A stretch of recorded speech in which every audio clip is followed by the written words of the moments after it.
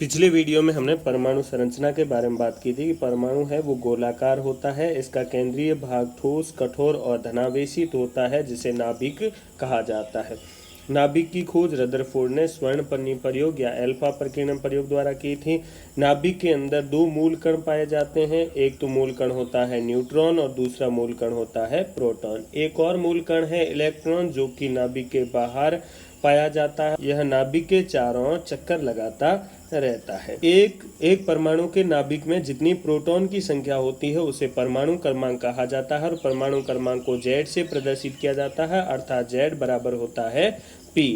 और एक परमाणु के नाभिक में उपस्थित प्रोटॉन और न्यूट्रॉन की संख्याओं के योग को द्रव्यमान संख्या कहा जाता है और इसे A से प्रदर्शित किया जाता है। परमाणु क्रमांक और द्रव्यमान संख्या के आधार पर समस्थानिकों और समभारिकों का निर्माण होता है। इस वीडियो में हम समस्थानिकों और समभारिकों के बारे में बात करेंगे।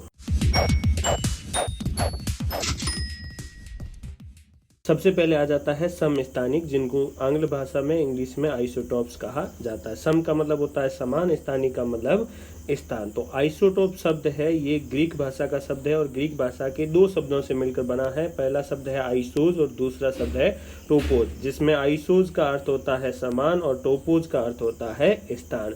अर्थात वे तत्व जिनका परमाणु क्रमांक समान हो लेकिन द्रव्यमान संख्या अलग अलग। परमाणु क्रमांक समान है इसका मतलब है कि उनका आवर्त सारणी में स्थान समान हो। समस्थानिक का मतलब है आवर्त सारणी में उनका स्थान समान हो। आवर्त सारणी में स्थान समान कब होगा? जब उनका परमाणु क्रमांक समान होगा। तो ऐसे तत्व जिनका परमाणु क्रमांक समान हो लेकिन द्रव्यमान संख्या अलग अलग हो समस्थानिक कहलाते हैं। जैसे कार्बन के समस्थानिक C612 और C614। इन दोनों में परमाणु क्रमांक 6 है लेकिन द्रव्यमान संख्या 12 और 14 है, अर्थात परमाणु क्रमांक समान है लेकिन द्रव्यमान संख्या अलग अलग है, इसलिए ये आपस में समस्थानिक कहलाएंगे। जैसे ऑक्सीजन के समस्थानिक O816, O817 और O818। तीनों में परमाणु क्रमांक 8 है लेकिन द्रव्यमान संख्या 16, 17 और 18 है। द्रव्यमान संख्या अलग अलग है, परमाणु क्रमांक समान है। समस्थानिकों में अंतर का कारण में उपस्थित न्यूट्रॉनों की संख्या में भिन्नता है। समस्थानिक कैसे बनते हैं? अब समस्थानिकों में परमाणु क्रमांक समान है, इसका मतलब प्रोटॉन की संख्या समान है लेकिन द्रव्यमान संख्या अलग अलग है। और द्रव्यमान संख्या अलग अलग कब होगी? जब इनके अंदर न्यूट्रॉनों की संख्या अलग अलग हो, क्योंकि द्रव्यमान संख्या है वो प्रोटॉन प्लस न्यूट्रॉन की संख्या का योग होती है। अब प्रोटॉन तो सभी में समान है, जब न्यूट्रॉन की संख्या अलग अलग होगी तब ही समस्थानिकों का निर्माण होगा। समस्थानिकों में प्रोटॉन की संख्या समान होने के कारण इलेक्ट्रॉन की संख्या भी समान होती है, इसलिए इनके रासायनिक गुण तो समान होते हैं लेकिन भौतिक गुण अलग अलग होते हैं। हाइड्रोजन के प्रकृति में कितने समस्थानिक पाए जाते हैं? तो हाइड्रोजन के प्रकृति में 3 समस्थानिक पाए जाते हैं। आप इनको ऐसे याद रख सकते हैं, हार्ड ड्यूटी टीटी की, हार्ड ड्यूटी टीटी की ऐसे याद रख सकते हैं। तो ये 3 समस्थानिक हो जाएंगे हाइड्रोजन के। पहला हार्ड से हो जाएगा हाइड्रोजन, ड्यूटी से हो जाएगा ड्यूटीरियम और टीटी से हो जाएगा ट्राइटियम। पहला समस्थानिक हो जाएगा हाइड्रोजन। हाइड्रोजन को लिखा जाता है 1H1 से। इसका परमाणु क्रमांक हो जाएगा 1, द्रव्यमान संख्या हो जाएगी 1, प्रोटॉन की संख्या 1 और न्यूट्रॉन की संख्या 0। अर्थात हाइड्रोजन के अंदर, नाभिक के अंदर केवल 1 प्रोटॉन पाया जाता है, न्यूट्रॉन नहीं पाया जाता है और 1 इलेक्ट्रॉन पाया जाता है जो नाभिक के चारों ओर चक्कर लगाता रहता है। तो हाइड्रोजन एकमात्र ऐसा तत्व है जिसके नाभिक में न्यूट्रॉन है वो नहीं पाया जाता। दूसरा आ जाता है ड्यूटीरियम। ड्यूटीरियम को लिखा जाता है D12 से और इसको ऐसे भी लिखा जाता है H12 से। ड्यूटीरियम का परमाणु क्रमांक है वो 1 होता है, द्रव्यमान संख्या 2 होती है, प्रोटॉन की संख्या 1 और न्यूट्रॉन की संख्या 1। ये भी क्वेश्चन पूछा जाता है कि ड्यूटीरियम के नाभिक में कितने प्रोटॉन और कितने न्यूट्रॉन पाए जाते हैं? तो 1 प्रोटॉन पाया जाता है और 1 न्यूट्रॉन पाया जाता है और उसी तरह 1 इलेक्ट्रॉन है वो नाभिक के चारों ओर चक्कर लगाता रहता है। तीसरा हाइड्रोजन का समस्थानिक आ जाता है ट्राइटियम, जिसको लिखा जाता है T13 से या फिर इसको H13 से भी लिखा जाता है। इसका परमाणु क्रमांक हो जाएगा 1, द्रव्यमान संख्या 3। द्रव्यमान संख्या 3 क्यों है? क्योंकि इसके नाभिक में प्रोटॉन की संख्या तो है 1 और न्यूट्रॉन की संख्या है 2 और 1 इलेक्ट्रॉन पाया जाता है जो इसके चारों ओर चक्कर लगाता रहता है। अब कुछ हाइड्रोजन से संबंधित विशिष्ट तथ्य आ जाते हैं। पहला है, हाइड्रोजन एकमात्र ऐसा तत्व है जिसके नाभिक में न्यूट्रॉन नहीं पाया जाता। टोटल प्रकृति में 118 तत्व है, तो 118 तत्वों में से हाइड्रोजन को छोड़कर बाकी सभी तत्वों के नाभिक में न्यूट्रॉन पाया जाता है, लेकिन हाइड्रोजन के नाभिक में न्यूट्रॉन नहीं पाया जाता। दूसरा, ड्यूटेरियम के ऑक्साइड D2O को, हाइड्रोजन का ऑक्साइड है वो H2O या फिर इसको सामान्य जल कहते हैं। ड्यूटेरियम के ऑक्साइड को D2O कहा जाता है। D2O को भारी जल कहते हैं। भारी जल की खोज 1932 में यूरे और वॉसबर्ग ने की थी।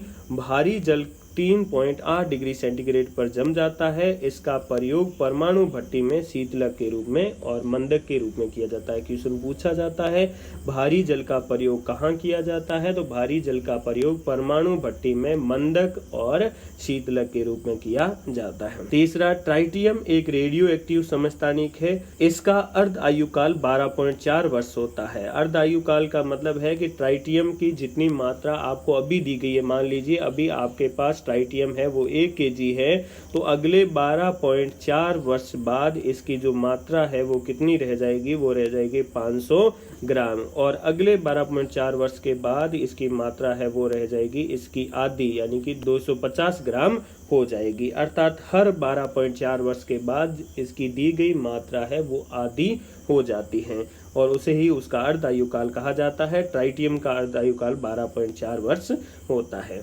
ट्राइटियम का प्रयोग भूमिगत जल का पता लगाने के लिए ट्रेसर के रूप में किया जाता है। जमीन के अंदर कहीं पर पानी है कि नहीं है, इसका पता लगाने के लिए, ट्रेस करने के लिए ट्रेसर के रूप में किया जाता है। बाकी सभी जो तत्व है उनके समस्थानिकों को उनके तत्व के नाम से ही जाना जाता है, लेकिन हाइड्रोजन एकमात्र ऐसा तत्व है जिसके समस्थानिकों के नाम अलग अलग है, जैसे हाइड्रोजन, ड्यूटेरियम और ट्रिटियम। हाइड्रोजन में से एक इलेक्ट्रॉन को बाहर निकाल लिया जाए तो शेष भाग प्रोटियम कहलाता है। अब चूंकि हाइड्रोजन के नाभिक में एक प्रोटॉन और न्यूट्रॉन नहीं पाया जाता और एक इलेक्ट्रॉन इसके चारों ओर चक्कर लगाता रहता, अगर इस इलेक्ट्रॉन को बाहर निकाल दिया जाए तो शेष हाइड्रोजन के अंदर एक प्रोटॉन ही बचेगा और इसको हम प्रोटियम के नाम से जानेंगे। अब आ जाता है समस्थानिकों का प्रयोग कि समस्थानिकों का कहाँ कहाँ प्रयोग किया जाता है। फर्स्ट समस्थानिक आ जाता है आयोडीन 131, इसको लिखा जाता है I131 से। ये आयोडीन का समस्थानिक है। इसका प्रयोग थायराइड ग्रंथि के उपचार के लिए किया जाता है। शरीर में जब आयोडीन की कमी हो जाती है तो थायराइड ग्रंथि फूलकर मोटी हो जाती है, जिसे गलगंट के घेंगा या फिर उसे गॉइटर रोग भी कहा जाता है, और उस रोग के उपचार के लिए या थायराइड ग्रंथि के उपचार के लिए आयोडीन 131 का प्रयोग किया जाता है। कोबाल्ट 60 जिसको CO60 से भी लिखा जाता है, इसका प्रयोग कैंसर उपचार के लिए किया जाता है। सोडियम 24 या Na24, वैसे Na यानी कि सोडियम है, इसका परमाणु क्रमांक है वो होता है 11 और द्रव्यमान संख्या होती है 23। सोडियम की द्रव्यमान संख्या है वो होती है 23, लेकिन सोडियम 24 है वो सोडियम का एक समस्थानिक है और इसका प्रयोग रक्त परिसंचरण तंत्र की जांच के लिए किया जाता है। यूरेनियम 235 या U235 का प्रयोग है वो पृथ्वी व चट्टानों की आयु ज्ञात करने के लिए किया जाता है और इस पद्धति को यूरेनियम डेटिंग पद्धति या यूरेनियम काल निर्धारण पद्धति के नाम से जाना जाता है। कार्बन 14, कार्बन के 3 समस्थानिक होते हैं, C612, C613 और C614। तो इसमें जो कार्बन 14 है इसका प्रयोग जीवाश्मों की आयु ज्ञात करने के लिए किया जाता है, क्योंकि कार्बन 14 भी एक रेडियो एक्टिव कार्बन है। जीवाश्मों की आयु, जीवाश्म या जिसे फॉसिल्स भी कहा जाता है, मरने के बाद जो जीवों के शरीर के अवशेष प्राप्त होते हैं उन्हें जीवाश्म कहा जाता है। जीवाश्म के अध्ययन की करने की जो शाखा होती है विज्ञान की, उसको पैलियंटोलॉजी कहा जाता है। तो जीवाश्मों की आयु ज्ञात करने के लिए कार्बन 14 का प्रयोग किया जाता है और इस पद्धति को कार्बन डेटिंग पद्धति कहा जाता है। एक क्वेश्चन आता है कि सेल की आयु किससे ज्ञात की जाती है? सेल की आयु है वो किससे ज्ञात की जाती है? ऑप्शन दे दिया जाता है यूरेनियम डेटिंग पद्धति, कार्बन डेटिंग पद्धति या फिर वार्षिक वलय गिनकर या कोई और ऑप्शन दे दिया जाता है। तो नॉर्मली क्या है कि कुछ लोग हैं वो उनके सुन रखा होता है कार्बन डेटिंग पद्धति के बारे में, तो वो कार्बन डेटिंग पद्धति क्लिक कर देते हैं, जो कि गलत हो जाता है। इसका सही आंसर है यूरेनियम डेटिंग पद्धति। क्यों? क्योंकि यूरेनियम डेटिंग पद्धति का प्रयोग है वो पृथ्वी व चट्टानों की आयु ज्ञात करने के लिए किया जाता है, और शैल का अर्थ ही चट्टान होता है। शैल का अर्थ होता है चट्टान। एक श्लोक भी है संस्कृत में, शैले शैले न माणिक्य मोक्तिकम न गजे गजे। तो शैल का अर्थ यहाँ चट्टान होगा। इसकी आयु यूरेनियम डेटिंग पद्धति से ज्ञात की जाएगी। पेड़ों की आयु कैसे ज्ञात की जाती है? तो पेड़ों की आयु वार्षिक वलय गिनकर ज्ञात की जाती है। पेड़ का जब तना काटा जाता है तो उसके तने के अंदर ऐसे गोल गोल वलय नजर आएंगे। इन वलयों की खासियत होगी कि ये एक साल में एक बनते हैं, इसलिए इनको वार्षिक वलय के नाम से जाना जाता है। और इन वार्षिक वलयों को गिनकर पेड़ की आयु ज्ञात की जाती है, जो कि लमसम आयु होती है, एग्जैक्ट आयु नहीं होती। नेक्स्ट आ जाता है यूरेनियम का प्रयोग है वो परमाणु भट्टी व परमाणु बम में ईंधन के रूप में किया जाता है, और सबसे ज्यादा समस्थानिक है वो पोलोनियम के पाए जाते हैं, 27 होते हैं। अगला आ जाता है समभारिक, या इसको कहा जाता है आइसोबार। सम का मतलब होता है समान, या सम का अर्थ क्या होता है जाएगा? तो सम का अर्थ हो जाएगा समान, और भारी का अर्थ हो जाएगा भार। भारी है उसका अर्थ, अर्थात वे तत्व जिनका परमाणु क्रमांक तो अलग अलग हो लेकिन भार समान हो। भार यानी कि द्रव्यमान संख्या समान हो, उन्हें क्या कहा जाएगा? समभारी कहा जाएगा। तो आइसोबार भी ग्रीक भाषा के दो शब्दों से मिलकर बना है। पहला है आइसोज, आइसोज का अर्थ होता है समान, और दूसरा बैरोज, बैरोज का अर्थ होता है भार। अर्थात वे तत्व जिनका परमाणु क्रमांक तो अलग अलग हो लेकिन द्रव्यमान संख्या समान हो, समभारिक कहलाते हैं। जैसे C6 14 और N7 14, दोनों का परमाणु क्रमांक अलग अलग है लेकिन दोनों की द्रव्यमान संख्या, इसकी भी 14 है और इसकी भी 14 है। तो द्रव्यमान संख्या समान है, परमाणु क्रमांक अलग अलग है। अब इनमें प्रोटॉन की संख्या अलग अलग होती है, इसलिए इनका परमाणु क्रमांक अलग अलग होता है, और परमाणु क्रमांक जब अलग है तब इनका इलेक्ट्रॉनिक विन्यास भी अलग अलग होता है, क्योंकि जितने प्रोटॉन होते हैं उतना का उतना उसमें इलेक्ट्रॉन पाया जाता है, और प्रोटॉन अलग अलग है तो इलेक्ट्रॉन की संख्या भी अलग अलग होगी, और इलेक्ट्रॉन की संख्या अलग होने के कारण उनका इलेक्ट्रॉनिक विन्यास अलग होगा, जिससे इनके रासायनिक गुणों में अंतर होगा। लेकिन इनकी द्रव्यमान संख्या समान होती है, जिसके कारण इनके भौतिक गुणों में समानता पाई जाती है। अर्थात समभारिकों के रासायनिक गुण अलग अलग होते हैं लेकिन भौतिक गुण समान होते हैं। कुछ उदाहरण ले लेते हैं। आर्गन 1840, पोटेशियम 1940 और कैल्शियम 2040।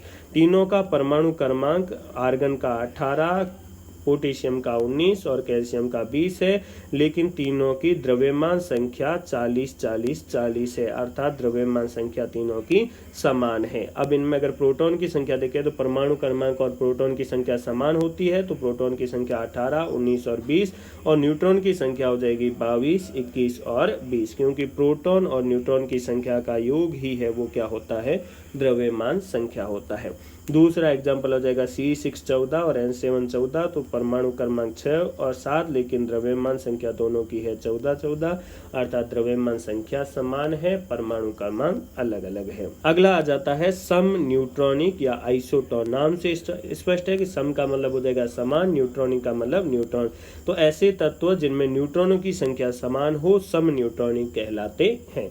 जैसे एग्जाम्पल के लिए C6 14 और O8 16, यहाँ पर परमाणु क्रमांक 6 हो जाएगा कार्बन का, और ऑक्सीजन का परमाणु क्रमांक हो जाएगा 8।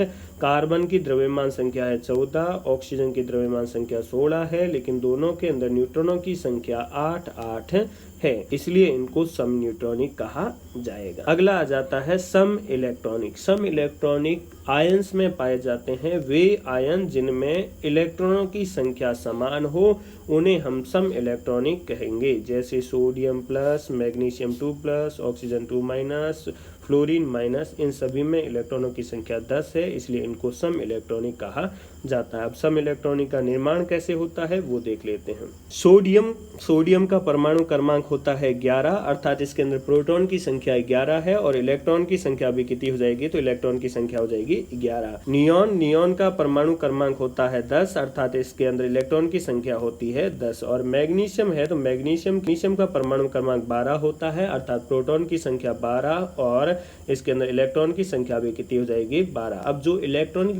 इलेक्ट्रॉन जिस तरह इस परमाणु के अंदर व्यवस्थित रहते हैं उसको इलेक्ट्रॉनिक विन्यास कहा जाता है। सोडियम का इलेक्ट्रॉनिक विन्यास है वो हो जाएगा 2, 8 और 1।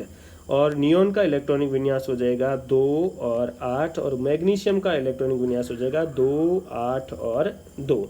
कोई भी परमाणु स्थायी कब होता है? जब उसके बाह्यतम कोश में 8 इलेक्ट्रॉन हो। जैसे नियोन के बाह्यतम कोश में 8 इलेक्ट्रॉन है, अब ये स्थायी है, ये किसी से क्रिया नहीं करेगा। अब सोडियम का देखें, सोडियम के बाह्यतम कोश में 1 इलेक्ट्रॉन है और मैग्नीशियम के बाह्यतम कोश में 2 इलेक्ट्रॉन है। ये सोडियम चाहेगा कि इसके बाह्यतम कोश में भी 8 इलेक्ट्रॉन हो जाए और ये नियोन की तरह स्थायी हो जाए। मैग्नीशियम भी वैसे चाहेगा। तो सोडियम 8 इलेक्ट्रॉन कैसे कंप्लीट करेगा? या तो ये 1 इलेक्ट्रॉन को निकाल दे या फिर 7 इलेक्ट्रॉन को ग्रहण करें।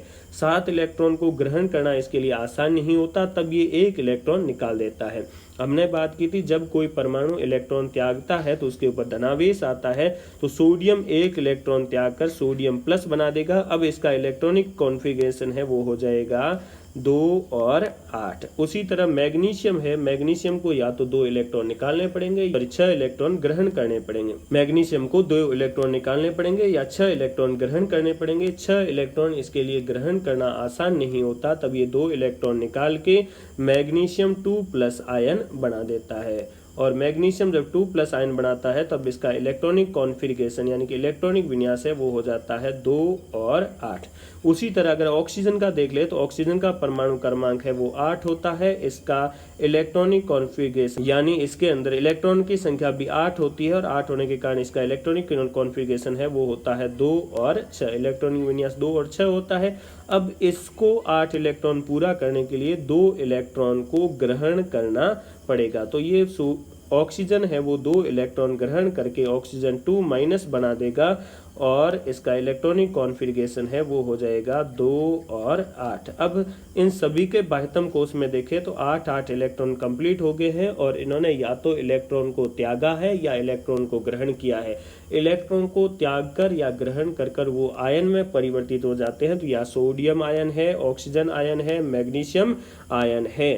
और इनके अंदर इलेक्ट्रॉनों की संख्या अब समान हो गई है, इसलिए इनको सम इलेक्ट्रॉनिक के नाम से जाना जाता है। अगला आ जाता है आइसोडाइफर। आइसोडाइफर में न तो इलेक्ट्रॉन की संख्या समान होती है, न ही प्रोटॉन की संख्या समान होती है और न ही न्यूट्रॉनों की संख्या समान होती है, लेकिन इनके नाभिक में उपस्थित न्यूट्रॉन और प्रोटॉन की संख्या का अंतर निकाला जाए तो वो समान होता है। तो रासायनिक रूप से भिन्न तत्वों के परमाणु जिनमें न्यूट्रॉनों और प्रोटॉनों की संख्या का अंतर समान होता है उन्हें आइसोडाइफर कहा जाता है। जैसे प्लूटोनियम की बात करें तो प्लूटोनियम में Z यानी कि परमाणु क्रमांक है वो इसका है 94 और इसकी द्रव्यमान संख्या है वो है 239। इसके अंदर प्रोटॉन की संख्या है वो हो जाएगी 94 और न्यूट्रॉन की संख्या है वो हो जाएगी 145। उसी तरह यूरेनियम का परमाणु क्रमांक है वो हो जाएगा 92। इसके अंदर द्रव्यमान संख्या है वो हो जाएगी 235। इसके अंदर प्रोटॉन की संख्या जितना परमाणु क्रमांक होता उतनी प्रोटॉन की संख्या यानी कि 92 हो जाएगी। और न्यूट्रॉन की संख्या तो द्रव्यमान संख्या में से प्रोटॉन की संख्या को घटाएंगे तो बाकी बची हुई है वो न्यूट्रॉन की संख्या आ जाएगी। तो न्यूट्रॉन की संख्या होती है 143। जब हम प्लूटोनियम के न्यूट्रॉन में से प्रोटॉन की संख्या घटाते हैं तब आता है 51। और उसी तरह यूरेनियम के न्यूट्रॉन की संख्या में से प्रोटॉन की संख्या को माइनस करते हैं तब भी आता है 51। यानी कि इनके अंदर प्रोटॉन और न्यूट्रॉन की संख्या का अंतर समान है, इसलिए इनको आइसोडाइफर कहा जाता है। तो ये हो गए आपके समस्थानिक और संभारिक। अगले वीडियो में हम बात करेंगे परमाणु के मॉडल के बारे में।